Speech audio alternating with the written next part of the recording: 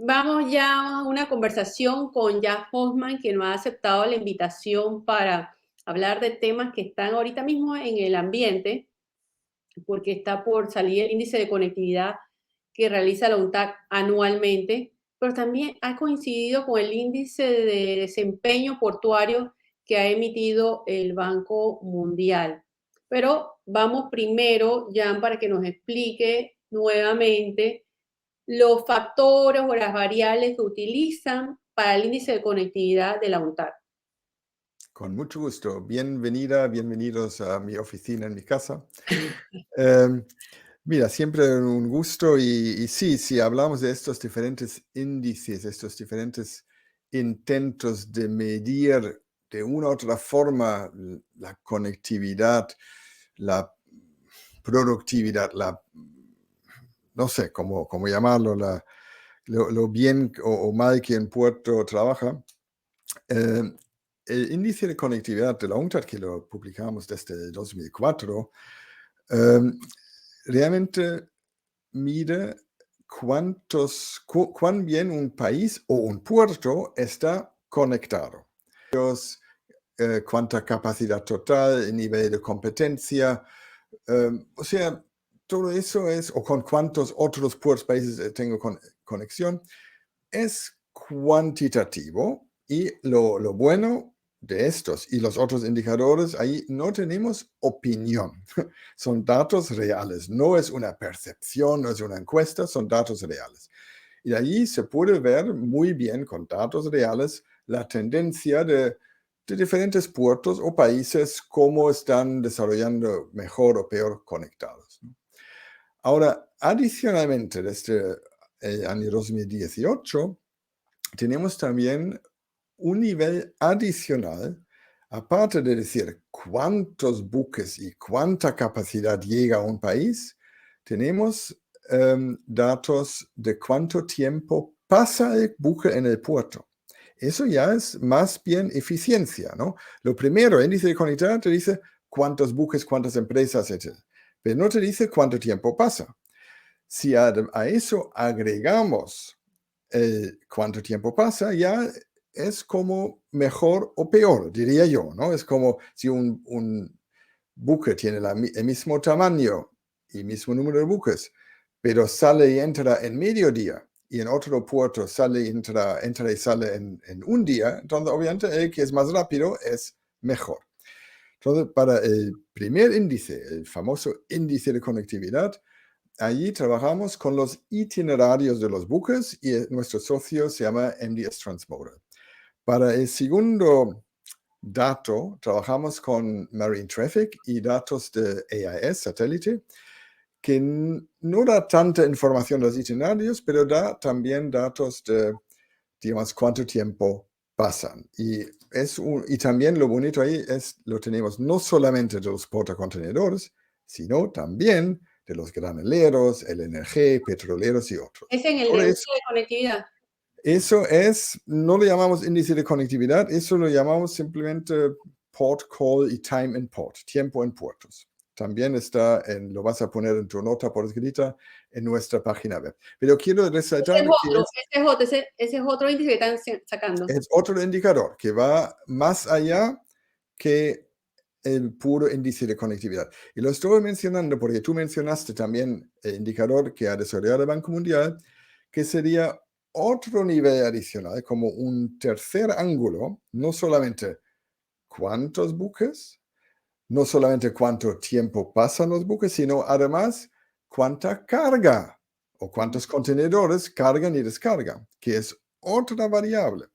Porque si un buque descarga 5 contenedores en mediodía, es mucho peor que si un buque descarga 100 contenedores en un día, ¿no? Entonces, ahí este parámetro o esta variable adicional es lo que agrega el índice del Banco Mundial, que es algo valioso, es algo positivo. O sea, ellos combinan datos como los que ya publicamos en la UNCTAD, por ejemplo, el índice de conectividad. Segundo, tiempo en puertos. A eso agregan con datos de Standard & Poor's y sobre una base de 11 empresas navieras. Ujú. O sea, allí lo bueno de este indicador de Banco Mundial es que agrega la variable carga, que en mis dos indicadores de la UNCTAD no los tengo. En los indicadores de conectividad y el tiempo en puerto, solamente mido los buques. No tengo información de la carga. Allí realmente es un valor agregado del indicador de Banco Mundial y de Standard & Poor's que ellos comparan, ¿cuánto tiempo? Pero también cuántos contenedores he cargado y descargado en este tiempo. Y con eso es un valor, un índice adicional. Lo que sí es cada vez más difícil, cuanto más variables agregas, es comparar puertos grandes y pequeños. Y también es difícil si sabemos que no son todos los buques, ¿no? Y no todas las empresas navieras, sino es una muestra. Si bien una muestra grande, importante, las 11 empresas muy grandes, importantes, pero no es 100%. Y allí sí se puede criticar, y se ha criticado, yo creo, no es una crítica, pero es tener en cuenta que hay puertos donde el cliente principal es una línea naviera que no está incluida en las 11 que dan sus datos, que comparten sus datos con Standard & Poor's y el Banco Mundial. Entonces, si la mejor terminal en este puerto lo maneja una empresa que no comparte estos datos, obviamente este puerto no se siente bien representado, ¿no? De allí, el cuarto y el futuro ideal indicador sería usar todos los buques con toda la carga. Y a mí me quedan 8 años hasta mi jubilación y en eso trabajamos. Jan, es importante, yo revisando el índice del Banco Mundial que me llegó esta semana, estuve a grosso modo viendo, me llamaba mucho la atención porque había un puerto pequeño, relativamente pequeño, que maneja 1 millón de TEU, 1.1 millón de TEU, lo comparas con puertos que manejan 4 o 5 millones, como en caso de Singapur, que es el más grande, está por debajo de esos puertos. O sea, yo realmente discrepo que tú no puedes medir a todos los puertos por lo mismo. Y hay puertos que son dedicados, Singapur, el caso de Singapur, caso de Panamá, por latitudes. Sí, Cartagena, que maneja un 65% de su volumen es carga de transbordo. Panamá, el 90% de su volumen es carga de transbordo. Singapur es igual que Panamá. sí, Lo veo por debajo de puertos que realmente manejan mucho más carga local. Entonces, eh, sí. No, yo allí discrepo un poco del sí. índice. Si comparamos, como se dice, naranjas y peras o manzanas y o según el idioma. Em, pero justamente allí creo que es válido en principio el método del Banco Mundial, que de hecho usan dos metodologías que también confunden un poco a algunos lectores, pero ellos justamente intentan em, justificar y poner la barrera y el grupo con qué puerto lo comparo. Entonces se comparan iguales con iguales y se usan dos variables allí para agrupar. Uno es tamaño de buques y lo otro es cuántos contenedores se han cargado y descargado. Entonces se comparan siempre puertos con el mismo grupo. Y allí tú miras la eficiencia y dices a qué por ciento del estándar dentro de este grupo llego. Y eso te permite concluir que un puerto que en lo absoluto es más rápido y más grande y mejor que otro puerto más pequeño, pero para comparar igual con igual, igual el más pequeño quizás sea mucho mejor dentro de su grupo que otro más grande. Yo Eso creo es que el enfoque que creo que se ha intentado y se puede justificar, pero tú misma, Michelle, has mencionado otros, no sé si llamarlo parámetros o aspectos que no se han considerado. Por ejemplo, si un puerto es más bien de transbordo y no de importación, en promedio suele ser más rápido. sí. Y esta variable no se ha considerado en el índice. Se comparan puertos con mucho transbordo con puertos que son de importación e exportación. Otro ángulo que no realmente se ha considerado es qué tipo de contenedores, si son de 40 pies, de 20 pies, porque se comparan movimientos, ¿no? Otro ángulo, bueno, si son imbalances, si es la misma cantidad de importación o exportación, o si son muchos vacíos. O sea, hay otros ángulos que también influyen en la productividad, que bueno, al final, si un puerto se ve arriba o abajo en el índice, tiene que analizar a qué se debe. Por eso es lo bueno. Eso es realmente, yo estaba en el peer review group y he discutido con los amigos de la comunidad. Repito, me parece un indicador válido que un puerto puede mirar. Mira, yo estoy en esta posición o en esta, estoy mejorando, empeorando, comparando con el año pasado. Pero a la hora de analizar, tengo que considerar lo que acabamos de mencionar, si es de transbordo o no, qué tamaño, si son contenedores secos o especiales. Hay muchos ángulos. Que hay otras variables que se deben considerar en los índices, porque caemos que estamos comparando todos iguales. No todos somos iguales. Hay un... Claro, entonces, ¿por qué no somos iguales? Pero allí justamente si un puerto se considera más eficiente que otro por tener mejor digitalización o automatización. Pero eso es justamente, ahí empieza la utilidad de este indicador. Si yo veo que yo como puerto estoy por debajo de otro de la misma liga, empiezo a mirar y quizás el otro puerto tenga más transbordo, pero también realmente sea más eficiente. Y allí a lo mejor tengo que mejorar, tengo que invertir en digitalización, en automatización, en formación, en management, en participación privada, en mejor competencia para no tener monopolios. Todos estos ángulos que hemos analizado en los últimos 25 años, todos estos juegan un papel y pueden mejorar la eficiencia de un puerto. Exacto. Yo creo que por eso que hoy es que vamos a conversar con Jan Homa para que nos explique un poquito cómo funciona esta, porque revisando de verdad me sorprendió muchísimo. Pero Jan, regresando al índice de conectividad que ya está próximo, que usted anualmente lo sacan, Mm. yo no veo variación este año. Tú me adelantaste algo, veo mucho, todavía Cartagena sigue por encima de Mm. Colón. Eh, ¿Qué es lo que pudieron usted percibir en este índice para este año? Em, sí, em, un dato que considero interesante, aparte del índice de diferentes puertos, otro dato que tenemos gracias a los datos crudos y a medirlo de todos los puertos del mundo, gracias a MDS Transmodal, ahí es cuántos puertos en el mundo reciben servicios de portacontenedores. Y desde que lo hemos empezado en el año 2004 hasta 2019, año tras año tras año, promedio ha aumentado. Se ha expandido la red global del transporte marítimo en contenedores. Desde el COVID, año tras año tras año, han poco a poco bajado, o sea, se han quitado, se han descontinuado servicios a puertos.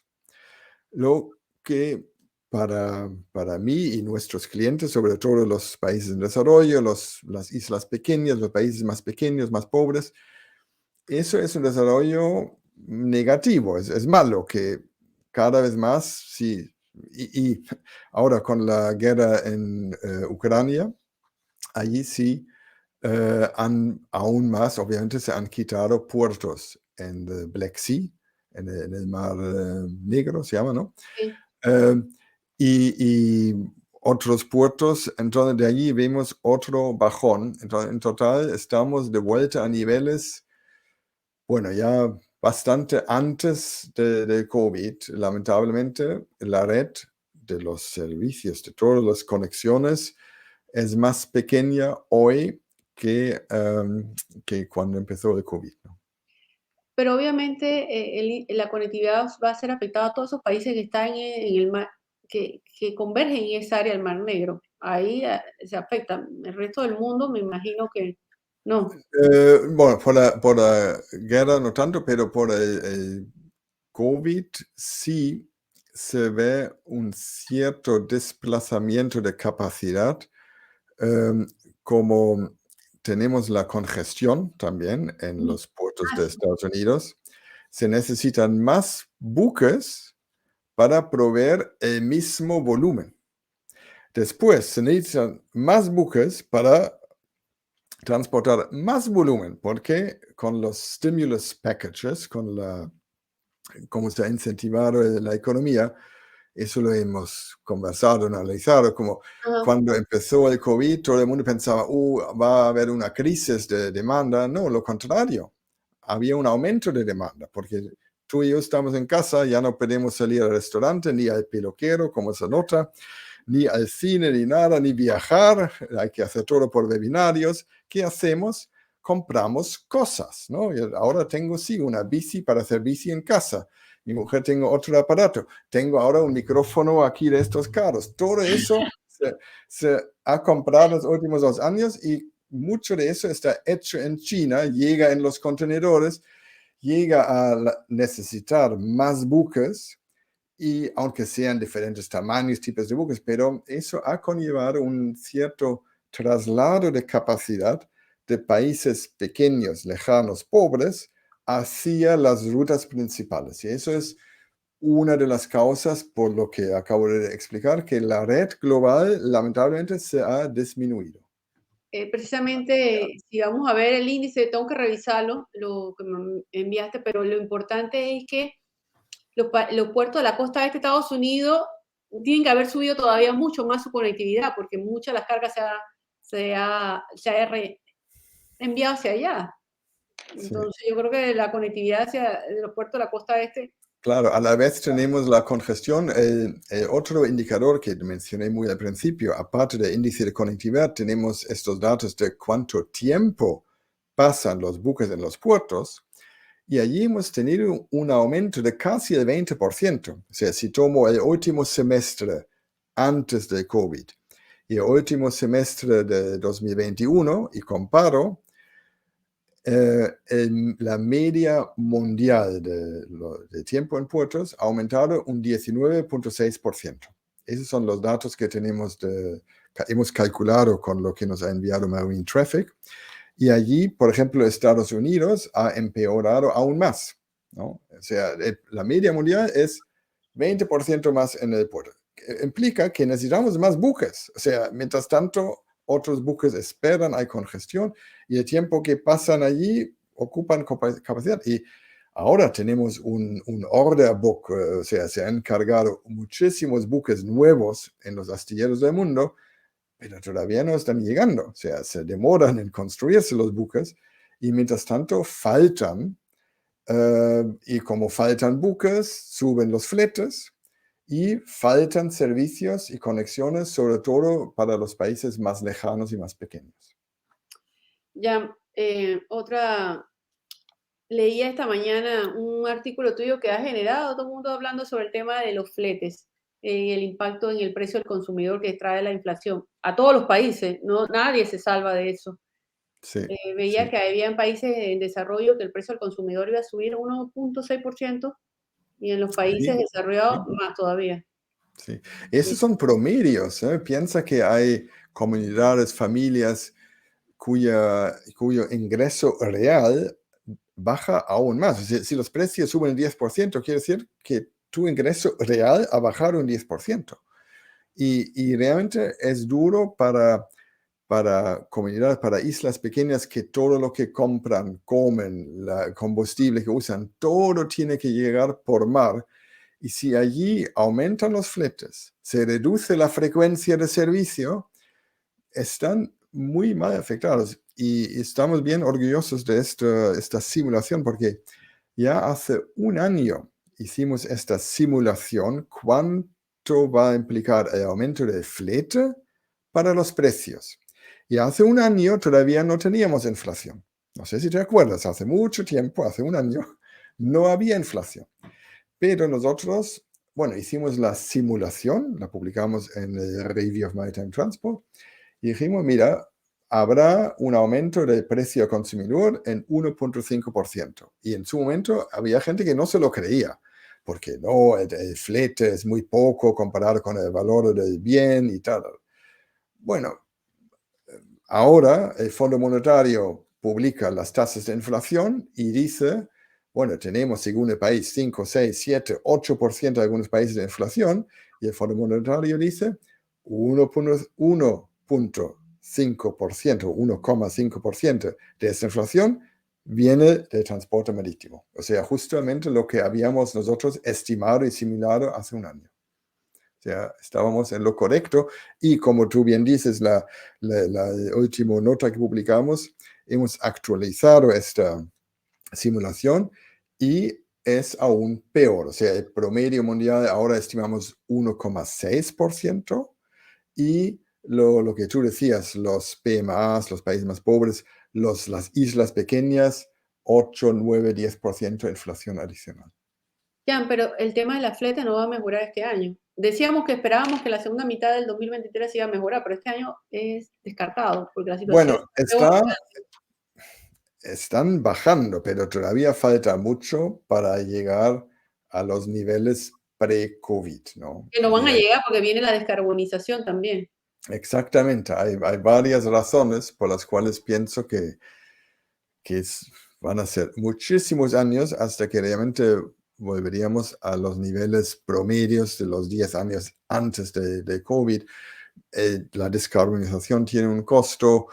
Ha habido el proceso de consolidación, ¿no? Que la Maersk la Hamburg Süd había comprado CCNI, o sea, el poder de negociación de los armadores es más elevado.